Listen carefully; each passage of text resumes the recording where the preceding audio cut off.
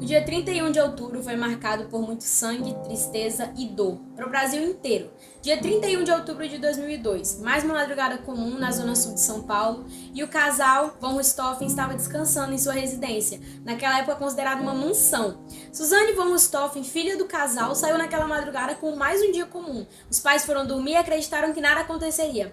Infelizmente, sim, aconteceria algo muito terrível. Naquela mesma madrugada, Suzane von Richthofen fez a ponte para que seu namorado e o seu cunhado entrassem dentro de seu lar e fizessem da forma mais brutal possível o assassinato de seu pai e sua mãe, simultaneamente. E ainda tivessem a coragem de forjar a cena de um crime. É bárbaro e é surreal, mas infelizmente aconteceu. Quase 21 anos depois de tudo isso, Suzane von Richthofen segue livre, os irmãos Cravinhos, os dois executores do crime, seguem livres, e os pais dela, onde estão? Infelizmente, esse é o nosso Brasil. Depois de 40 anos condenada, ela cumpriu apenas 20 e segue em liberdade, tendo um ateliê de costura, vendendo e trabalhando normalmente como se nada tivesse acontecido, com as mãos manchadas de sangue, e mesmo assim ela segue livre. E você, o que você acha dessa história? Você concorda ou você discorda da liberdade dela? Nosso país tem ou não justiça? Sociedade não é mais a mesma. Nunca foi, nunca vai ser boa. Mas cada dia que passa, ela piora. Vamos conhecer um pouquinho mais esse caso através da Jaqueline? Bom, família, é isso. Bem-vindos a mais um vídeo aqui no canal. Bem-vindos a mais um react. O caso de hoje, ou melhor, a reação de hoje, é do caso Suzane von Richthofen e Irmãos Cravinhos, lá da Jaqueline Guerreiro. Eu já trouxe ela aqui com o Massacre de Columbine. Maravilhosa, amo muitos conteúdos da Jaque, ela trabalha muito bem, faz os melhores dos melhores pra gente. Eu amo reagir ela e amo assistir no off também, já zerei o canal dela várias vezes. E hoje a gente vai trazer esse caso que manchou a nossa história brasileira de uma forma muito ruim. E infelizmente é um dos casos que mais foi injustiçado. E infelizmente ainda é, até hoje a justiça, pra mim pelo menos, não foi feita, porque a pena que foi dada e a pena que foi cumprida é muito pouca pro caso, e de forma tão desumana que ele foi cometido, cada vez piora mais. Então a gente vai conhecer um pouquinho mais. O vídeo dela é um pouco antigo, mas é bem importante que a gente veja. Tenho certeza que se você não conhecia, você vai conhecer agora. E eu já consumi muito conteúdo desses casos, e todos eles eu dou uma pesquisada sempre. Eu sempre tô por dentro das informações, mas é isso, mano. Não importa se você acha ou não certo ou errado a liberdade ou a condenação. O que importa é que as vidas foram tiradas e elas jamais vão ser revertidas. Então é isso, os espaços dos comentários estão à disposição para vocês falarem o que vocês quiserem, mantendo o respeito. Eu espero que esse vídeo não dê nenhum problema pro meu canal. Sem enrolações, vamos reagir. Vamos lá, família. 1, 2, 3, play.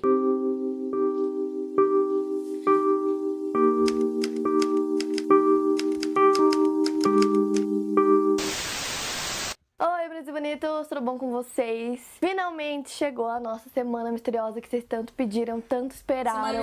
Uma semana inteirinha só de casos pra vocês aqui no canal. Antes de tudo, eu queria agradecer vocês pelo carinho que vocês têm com esse quadro. Toda semana vocês comentam muito, vocês pedem muito, interagem muito, e esse feedback de vocês é extremamente importante pra mim. Da mesma forma que vocês amam assistir o Quinta, eu amo produzir o Quinta pra vocês, então eu espero muito que vocês gostem dessa semana que eu preparei com todo o carinho do mundo, com todo o cuidado do mundo, pra que vocês amem, que vocês estejam aqui comigo todos os dias pra assistir os vídeos. E agora que a gente já bateu a nossa meta, eu quero que vocês continuem compartilhando, mandando pros seus amigos, principalmente agora, dizendo, ó, galera, vai ter uma semana todos os dias, então manda pra todo mundo. Compartilha bastante, comenta, divulga, e bora que eu acho que vocês vão amar essa semana. Antes de começar o caso de hoje, já se inscreve aqui embaixo se você ainda não tá inscrito, dá aquele like pra mim se você ama as nossas quintas misteriosas. Aproveita e me segue lá no Instagram também. E agora bora começar o caso de hoje. O caso de hoje é um dos casos mais pedidos aqui por vocês, um caso muito conhecido aqui no Brasil, muito famoso, que é o caso da família Richthofen. Então, a família de classe média alta, von Richthofen, morava no bairro de Campo Belo, zona sul de São Paulo. O pai, Manfred, nasceu na Alemanha, mas foi naturalizado brasileiro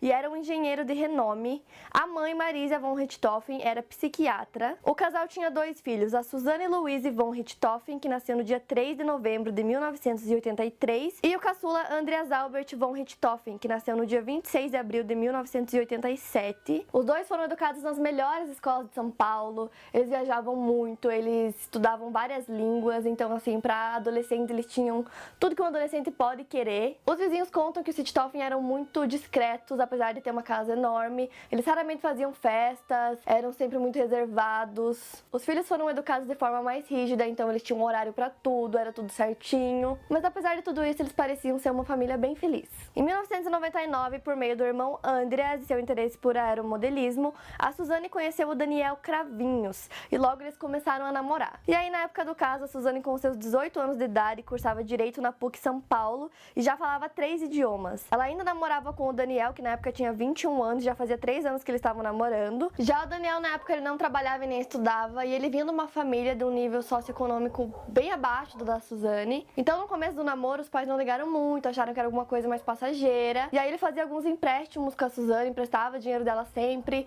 Ela dava muitos presentes pra ele, então os pais dela começaram a se preocupar com a situação. Em 2002, eles descobriram que a Suzane estava usando drogas com o Daniel, então eles proibiram o namoro. Então, na noite do dia 30 de outubro de 2002, a Suzane e o namorado levaram o irmão mais novo dela, o Andreas, pra um cybercafé pra ele passar a noite lá entretido com jogos, com o computador. E os dois saíram e foram pra um motel. Às 2h56, o casal sai do motel e vai lá no cybercafé pra poder buscar o Andreas.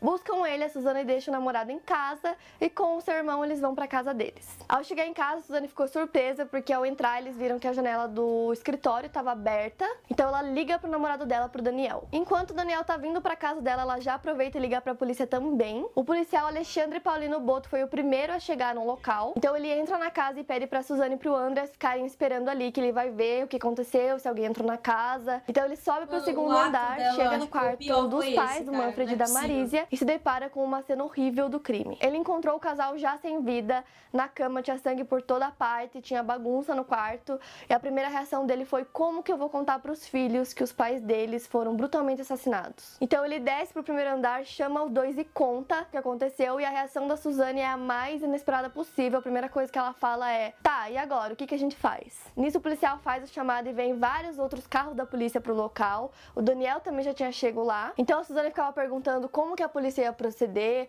o que aconteceu, o que ela tinha que fazer. Então ela não esboçou estar surpresa porque mataram os pais dela. O Andreas ficou muito chocado e nisso o Daniel também fazia algumas perguntas que a polícia já achou bem esquisita. Primeiro ele perguntou se os ladrões tinham levado dinheiro, porque ele sabia que a família guardava bastante dinheiro em uma caixinha.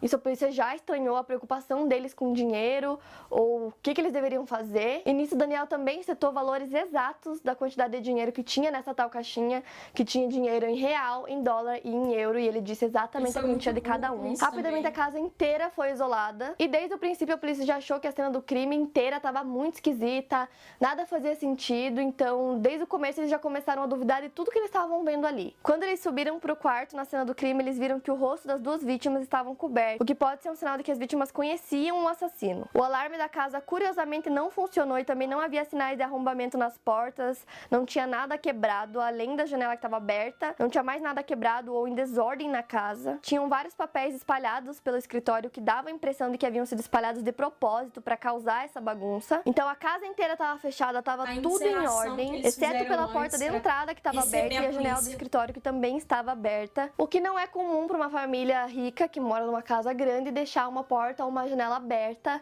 É totalmente incomum, ainda mais em São Paulo. E aí a primeira coisa que a polícia percebeu era que a casa inteirinha estava em ordem. A casa era assim, um brinco, não tinha nada fora do lugar, nem parecia que tinham pessoas vivendo dentro da casa. De tão arrumado que era, parecia que a casa não tinha vida. Os únicos cômodos que não estavam arrumados e perfeitos, tudo no seu lugar. O quarto do casal e o escritório, porque de resto estava tudo perfeito. Então a casa estava em ordem, o alarme não disparou, os carros estavam na garagem. Então esses ladrões que entraram na casa para roubar, eles sabiam exatamente onde procurar. O quarto do casal estava todo revirado, do lado do Manfred tinha uma arma, do lado da mão dele no chão, e do lado da Marísia tinha uma jarra de água, mas não tinha copo. Então se ela tivesse pego essa jarra para beber água durante a noite, ela teria pego um copo também. Isso pra polícia já foi muito esquisito, ter aquela jarra ali só com água, sem copo. Eles viram também que foram pegos sacos plásticos lá da despensa, ou seja, esses ladrões sabiam onde encontrar sacos plásticos, sabiam onde encontrar a jarra. Quer dizer, como que esses ladrões saberiam onde encontrar essas coisas numa casa enorme, tá aí diretamente onde essas coisas estavam, pegar essas coisas e não fazer bagunça nenhuma. como não procurar por elas. Nisso, a polícia tinha certeza que o assassino ou os assassinos conheciam a casa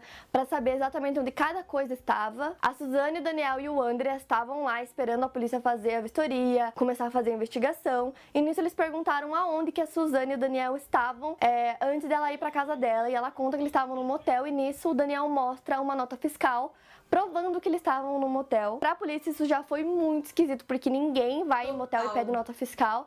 E lá ele tava com a nota fiscal pra provar onde eles estavam. Nisso a polícia também descobriu que o casal foi golpeado simultaneamente, ao mesmo tempo. E para que isso acontecesse, precisava de no mínimo 2 pessoas. Como a cena do crime tava muito esquisita, os policiais diziam que era coisa de amador. Eles começaram a suspeitar do casal, do Daniel e da Suzane. E aí os policiais começaram a se perguntar, mas será que ela teria toda essa força? Porque os golpes nas vítimas eram muito fortes, muito profundos. Então a polícia já começou a pensar que se eles estavam envolvidos, tinha uma terceira pessoa junto. Fora que todos os golpes foram deferidos na cabeça, então a intenção não era desacordar as vítimas ou machucar as vítimas, a intenção era matar. Se fosse uma pessoa de fora, ela teria que vasculhar a casa inteira, ela não saberia que em uma determinada parte do closet tem um fundo falso e as joias estavam ali.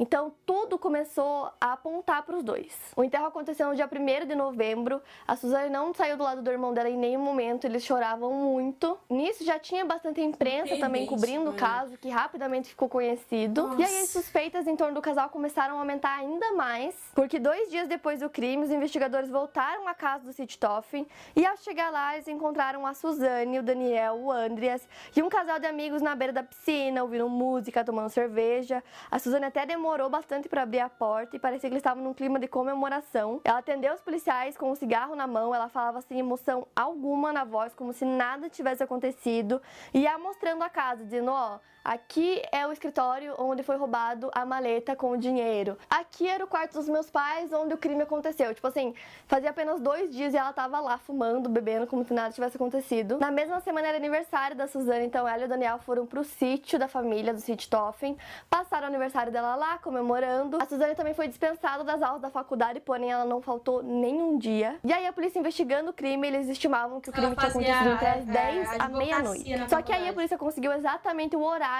que tudo aconteceu, porque tinha um guardinha na rua. Nesse dia ele estava vendo um jogo de futebol, então ele lembrou exatamente do horário por conta do jogo que ele estava assistindo. Ele disse que viu o carro da Suzane entrando na casa e saindo meia hora depois.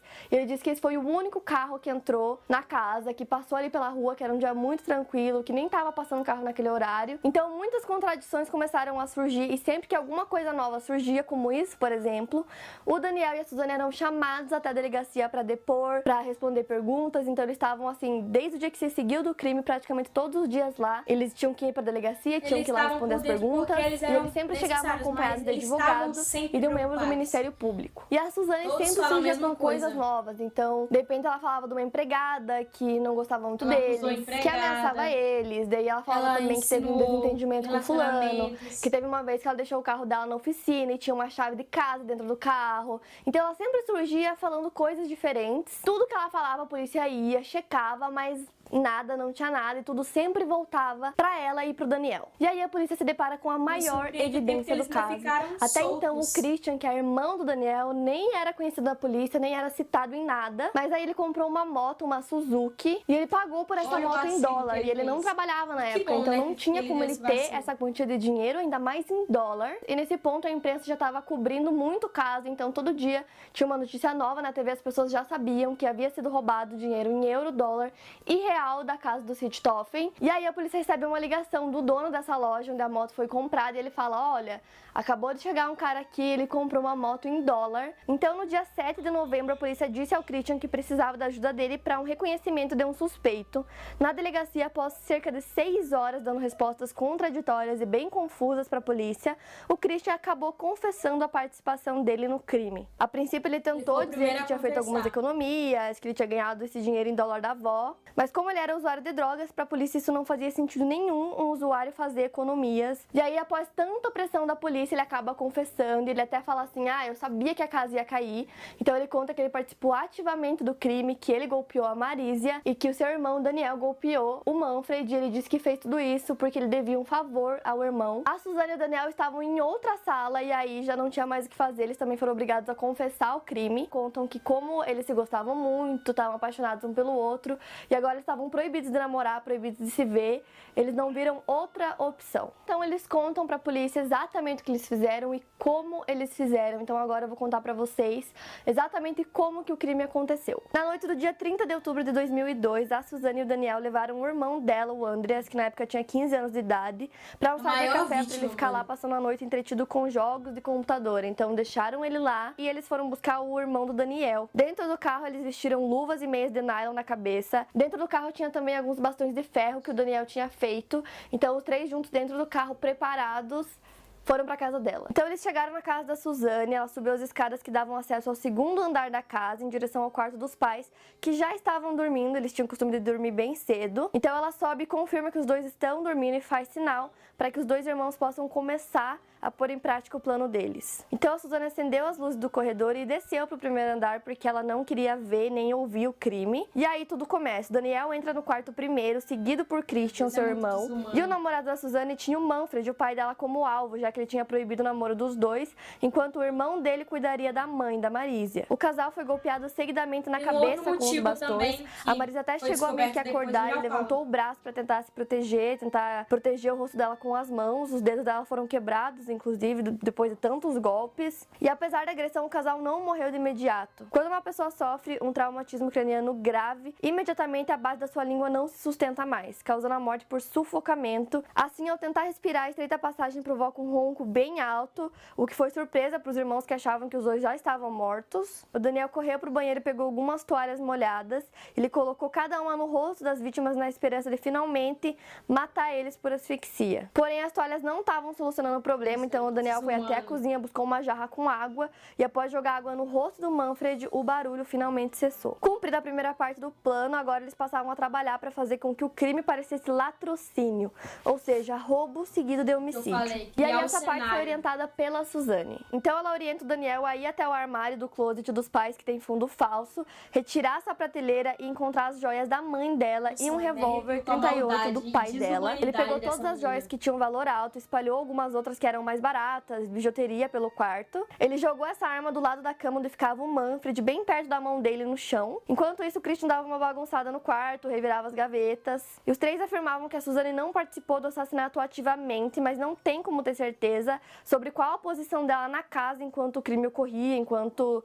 tudo estava acontecendo lá no quarto. Enquanto os dois irmãos estavam lá no quarto dos pais, a Suzane foi pro escritório do pai dela, onde ela sabia que tinha uma maleta com muito dinheiro dentro, e ela sabia também o código para abrir essa maleta. Era uma maleta em couro que precisava de código, ela sabia qual era, então ela abriu a maleta e pegou todo o dinheiro que tinha na maleta. Tinha dinheiro em euro, em dólar e em real dentro da maleta. Só que aí o Daniel, como eles estavam forjando um latrocínio, ele pegou uma faca bem afiada e rasgou a maleta de couro para dizer que eles não sabiam a senha e que aí alguém veio e roubou o dinheiro. E para criar toda essa cena, eles saíram pela janela do escritório, então tinha marcas de tênis na janela, deixaram a janela aberta para simular o arrombamento. E os bastões que os irmãos usaram, eles foram lavados na piscina e depois foram colocados dentro de sacos plásticos que foram pegos na despensa da casa. Então eles também colocaram as roupas que eles estavam usando dentro desse saco e aí saíram de carro e jogaram o saco pelas avenidas aí para se livrar dessas coisas. Esses sacos com os bastões e com as roupas nunca foram achados. O dinheiro que estava dentro da maleta e algumas joias foram dadas ao Christian, ao irmão do Daniel, como pagamento por ele ter ajudado no crime. Então depois do crime eles levaram o Christian de volta para casa dele e aí o Daniel e a Suzane precisavam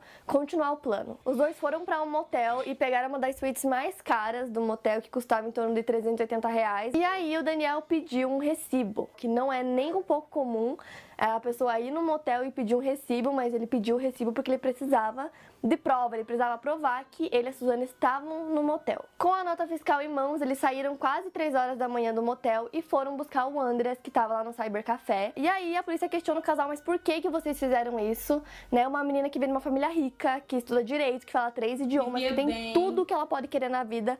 Por que ela fez isso? E aí eles falam que foi por amor. E aí a Suzane até fala também no depoimento dela que no momento que ela deu o sinal pra eles que eles podiam subir e começar a colocar em prática o plano, ela disse que percebeu que ela não queria que os pais morressem, que não era isso que ela queria, mas que naquela altura já não tinha mais o que fazer. E aí a polícia acabou percebendo que provavelmente a Suzane encontrou no Daniel afeto, amor, coisa que ela não tinha muito em casa, porque o que mais que uma menina de 19 anos que tem absolutamente tudo na vida poderia querer. Fora que também um pouco antes do crime acontecer, o Manfred e a Marisa viajaram durante 30 dias, e nesses 30 dias o Daniel ficou lá morando na casa da Suzane com ela, então eles tiveram todo esse tempo juntos. Os pais planejavam mandar ela para estudar no exterior, para ela sair do Brasil e terminar os estudos lá. Então eles contam que naquele momento eles não viram outra opção que pudesse fazer com que eles conseguissem ficar juntos. Então o trio ficou em prisão preventiva por representar perigo ao Andreas, o irmão mais novo da Suzane, principal testemunha do caso. Eles foram denunciados por duplo homicídio triplamente qualificado por motivo torpe,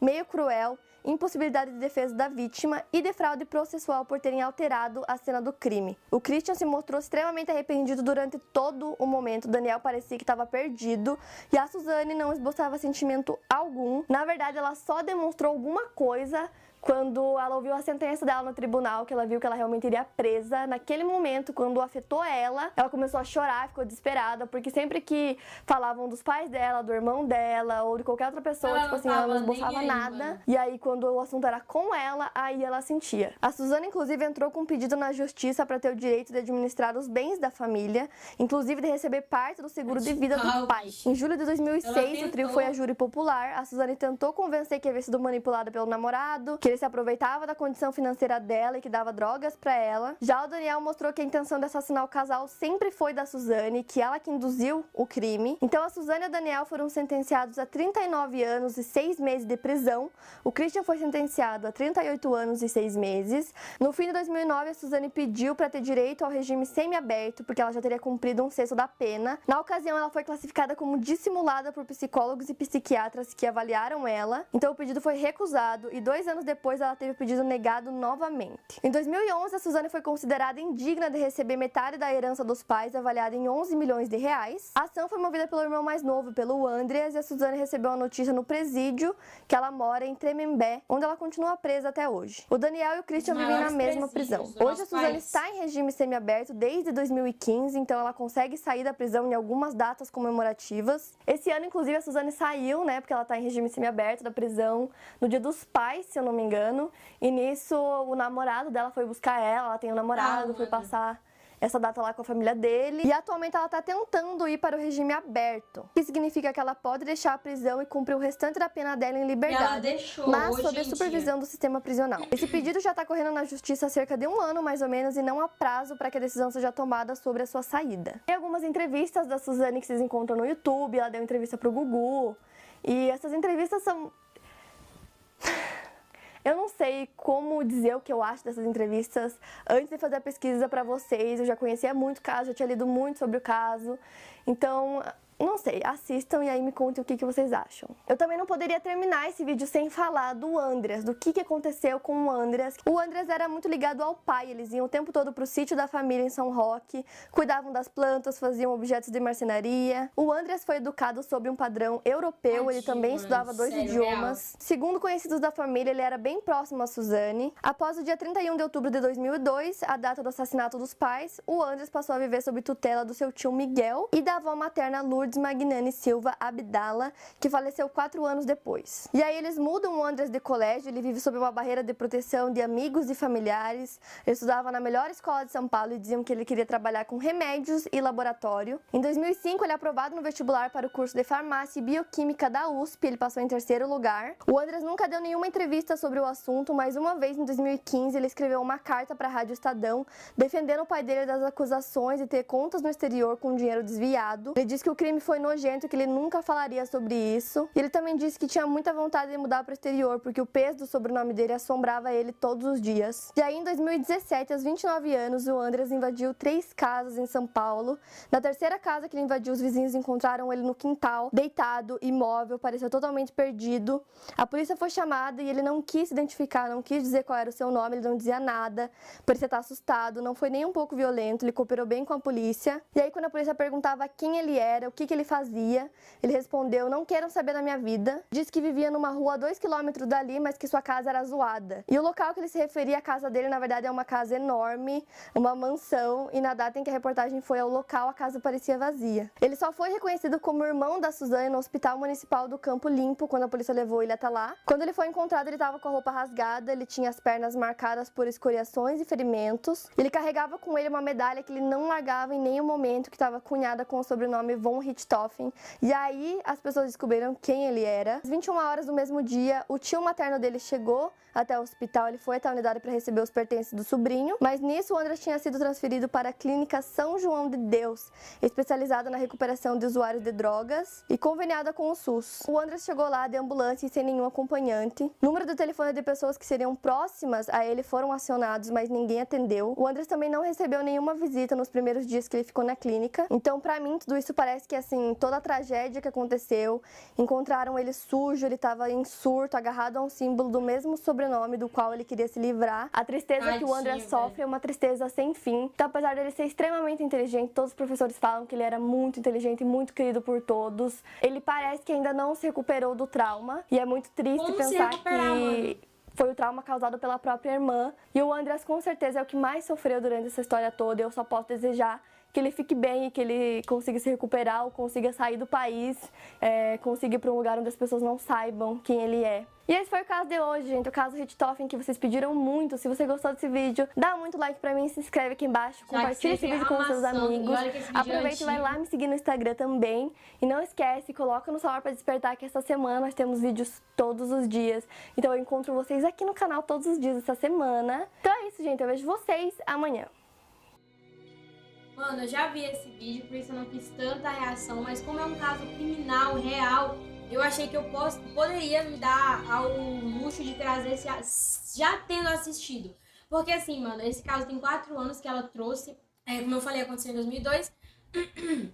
Na época em que ela trouxe, no caso de 2019, né, 2019, ainda não tinha sido aprovado, porém hoje em dia... Mano, hoje em dia a Suzane está liberta, ela vive em liberdade total, ela pagou 20 anos da sentença delas. Ela tá realmente pagando alguma coisa, mas é tipo totalmente livre, ela tem um ateliê de costura, ela tem um namorado, ou melhor, ela tinha, né, ela separou desse namorado, foi um namorado que foi suporte pra ela assim que ela saiu da cadeia. Nas primeiras vezes, das primeiras saidinhas, foi por causa desse namorado, porque ela precisava de um lar. E foi ele quem cedeu esse lar pra ela estar junto com ele. Depois ela separou e hoje em dia ela trabalha no ateliê dela, é Su Entre Linhas, funciona no Instagram, existe um Instagram, hoje em dia, em 2023, com esse nome, ela trabalha com isso, ela até surgiram rumores de que ela estaria grávida, não sei dizer se realmente estaria, mas surgiram rumores, ela não tem nenhum tipo de vínculo com o caso, ela não posta, ela tenta ficar sempre em off, não fala nada sobre, nem tem Instagram pessoal, ela só tem realmente o Instagram da companhia dela, de artesanato, e ela não fala sobre nada, mano, nada.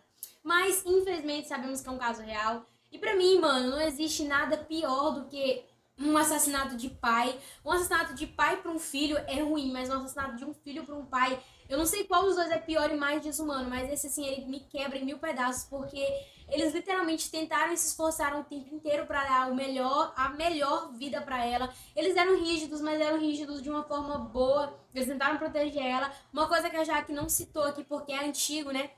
Eu acredito que ela não era tão pesquisadora como ela hoje em dia, já que é maravilhosa, já que ela faz umas pesquisas perfeitas. Hoje em dia, mano, a gente sabe, eu já consumi muito conteúdo sobre o caso da Suzane, e assim, hoje em dia a gente sabe que o Manfred foi a vítima principal, né? No caso, o namorado dela atingiu o Manfred também, porque ela inventou que o Manfred teria abusado dela desde os seus 14 anos, se não me falha a memória, até aquele momento. Então, assim, ele tinha desistido praticamente da ideia e ela reacendeu a chama nele de fazer o crime por causa dessa informação. Então, achei que era importante citar. Isso é comprovado, isso é verídico. Eu já vi em muitos podcasts, já vi em sites de pesquisa, já vi em pesquisas mesmo. Eu já conheci muito desse caso e eu trouxe pra vocês porque mês que vem faz 21 anos que aconteceu. Então, se vocês puderem e quiserem comentar outros casos brasileiros ou dos Estados Unidos, afora, se vocês quiserem que eu traga mais reacts a casos, podem comentar, eu trago. Se vocês não quiserem, tudo bem também. Eu espero que esse vídeo não gere problema pro meu canal, porque eu fiquei um pouco de receio devido a ser um caso brasileiro, ela tá em liberdade. Não sei se esse vídeo pode ter visualização, apesar do meu canal ser pequeno, às vezes o vídeo tem um alcance bom, então, enfim, espero que não aconteça nada de mal, eu espero que vocês tenham curtido o react, espero que vocês tenham gostado do vídeo, até o próximo, tamo junto, tchau!